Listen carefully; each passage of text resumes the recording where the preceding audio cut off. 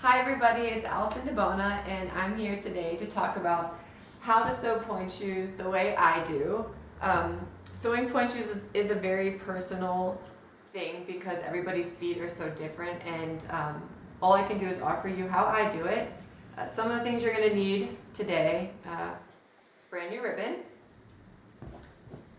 brand new elastic, you'll need a pair of scissors, needles, extra needles, lighter. I use dental floss to sew. A lot of people use regular thread, but what I found is that dental floss is very strong. It works really well, and knock on wood, my ribbon rarely come undone, and it's very cheap. Glue, because I'm going to teach you how to glue shoes the way I do to maybe have them last a little longer. I know a lot of kids worry about buying new shoes too often, so this will help you.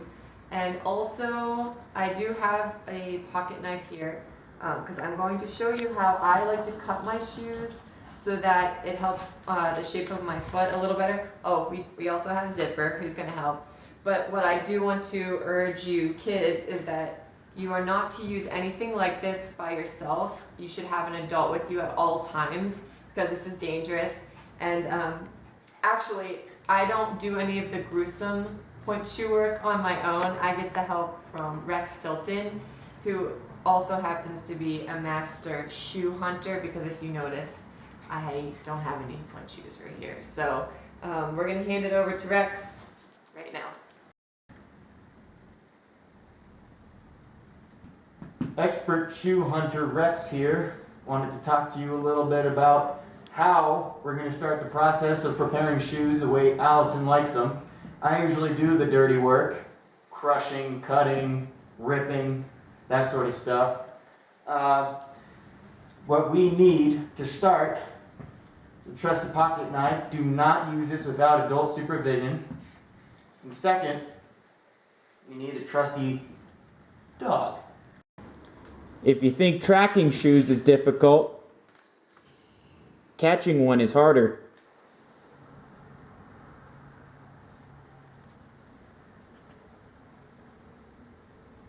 What'd you find there, Zipper? Looks like we got ourselves a pair. Get away from it. Okay, so the first step in my process for sewing my shoes is I like to cut a small divot in the sole of my shoe. I do wear Grishko 2007s with specs in quotation marks, because they're basically special ordered shoes. I like to get the vam cut down, the heel cut down a bit. As an example, I get a heel pin because I like my shoe to be 6.25, so a heel pin is essentially just a little quarter of an inch. Double X for the width, or triple X now for the width, and medium shank. But I like the divot in the sole because what I found is that I'm able to roll through my shoe a little better with it. But where the divot lies is where my arch is, and I'm going to show you how to find that. So I'm going to put my shoe on.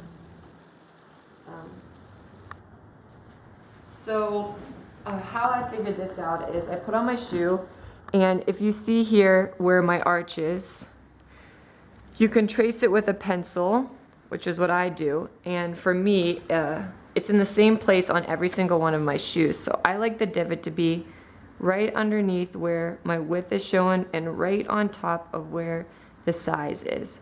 So I marked that off. But like I said, it is the same for every shoe. So after I found it the first time, I basically know where to cut the divot on every single one of my shoes. So step one, if you want to try it, to maybe have your shoe break right where your arch is, not above it or below it, this is a good way to figure that out. Step two is when Rex does the gruesome cutting.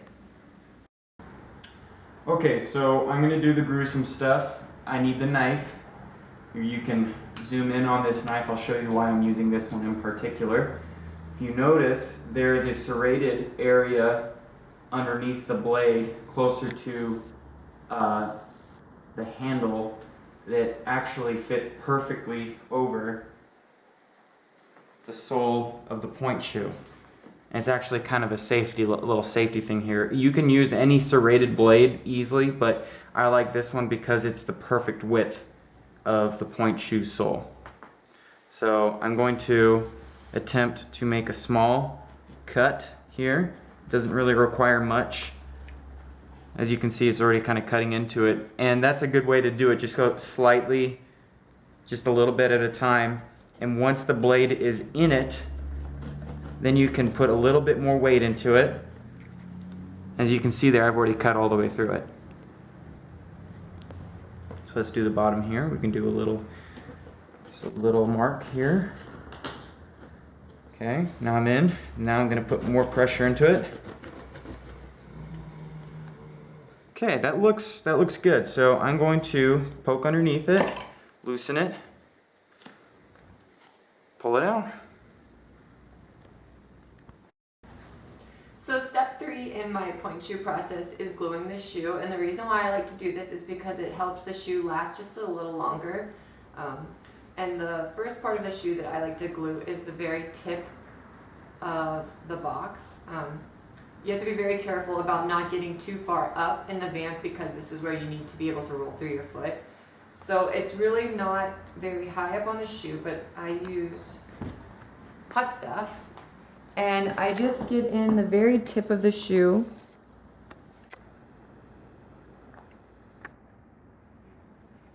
All around. That should be enough. So it should look like this. Another place that I like to glue is the sole of the shoe or the shank. And I don't like to go too far down, just a bit. And in my shoe there is a small little nail. So I like to go just where the nail is to reinforce it, and then up to where Rex has cut out the little divot.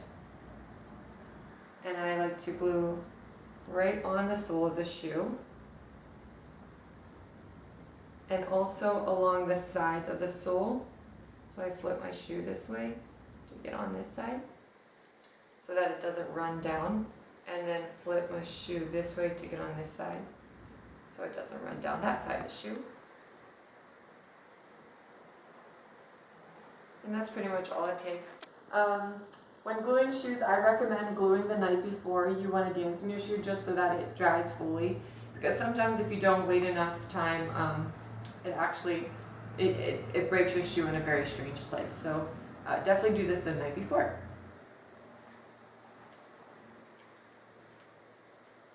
Okay, stop it.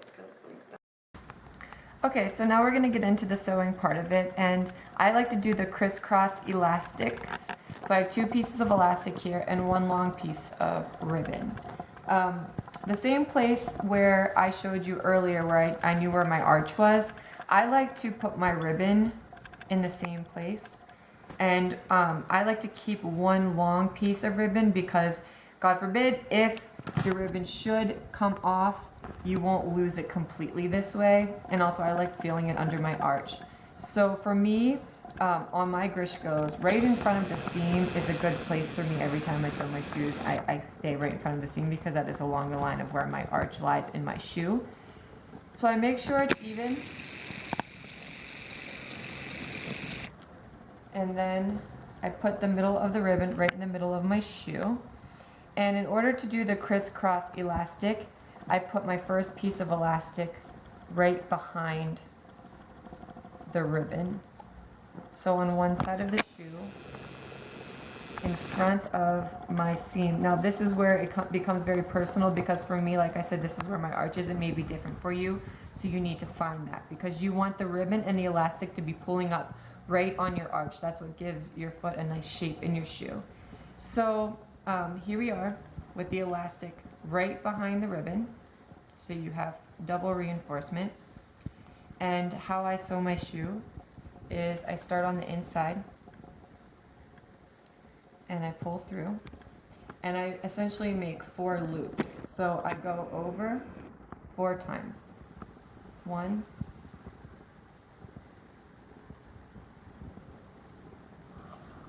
2, 2. So I learned this method of sewing from Elizabeth Murphy, who is now a soloist at PNB, and I'm pretty sure she learned from Patricia Barker. So like I said, we all steal each other's secrets, but I do find this to be quick and very strong. So after I do the 4 loops, what I do is start in on the second one from behind, right underneath where the drawstring line is, right on the satin, and I work backwards. So I will go to the first piece over here, and I stay along that line. Move over to the next one, right on the satin, and work left.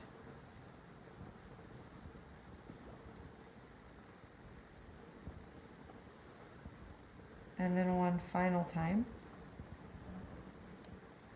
right on the satin.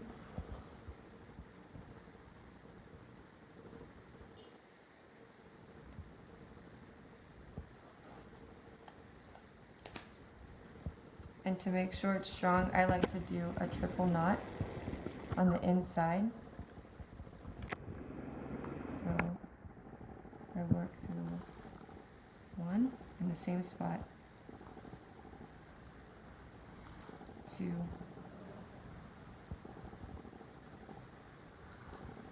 3, and cut pretty close. And as you can see, it's very, very, very strong. So I have no issues with it coming undone. And I do the same thing on the other side. So the inside of your shoe will look like this. I like to make sure it's not too tight, so I bring the ribbon down so it's touching the vamp or the shank of my shoe on both sides, and then pull up on the other side. So you will have a little bit of leeway here on the inside.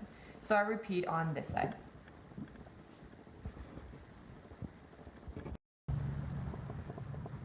So after I finish both sides, it should look like this on your foot.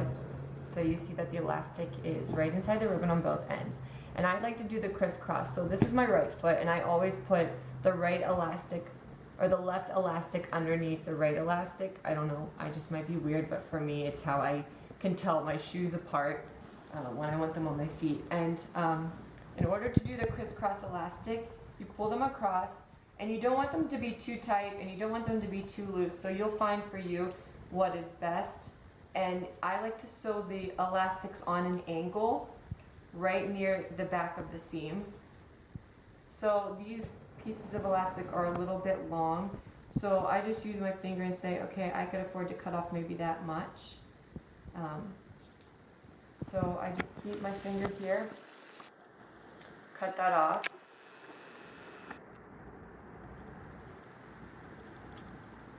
Make it equal on both sides. So. And from there, I just sew the elastic on at the angle, like I said, the same way that I did the ribbon and the elastic on the front of the shoe 4 times. So after I'm finished with the elastic, the back of your shoe should look exactly like this, right along the seam, and the inside of your shoe should look like this. So this is the finishing look of the shoe.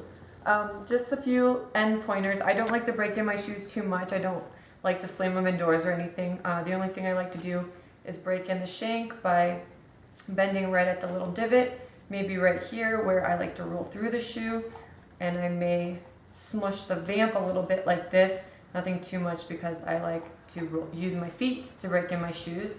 After you tie your ribbons, I like to use the lighter just to help the fringe from not happening, so you can do something like this. If you have any questions, you can just leave them in the comment section below, and I'll answer them on my YouTube page. So thanks for being with us today. Thanks to Rex for helping me. You guys are all awesome.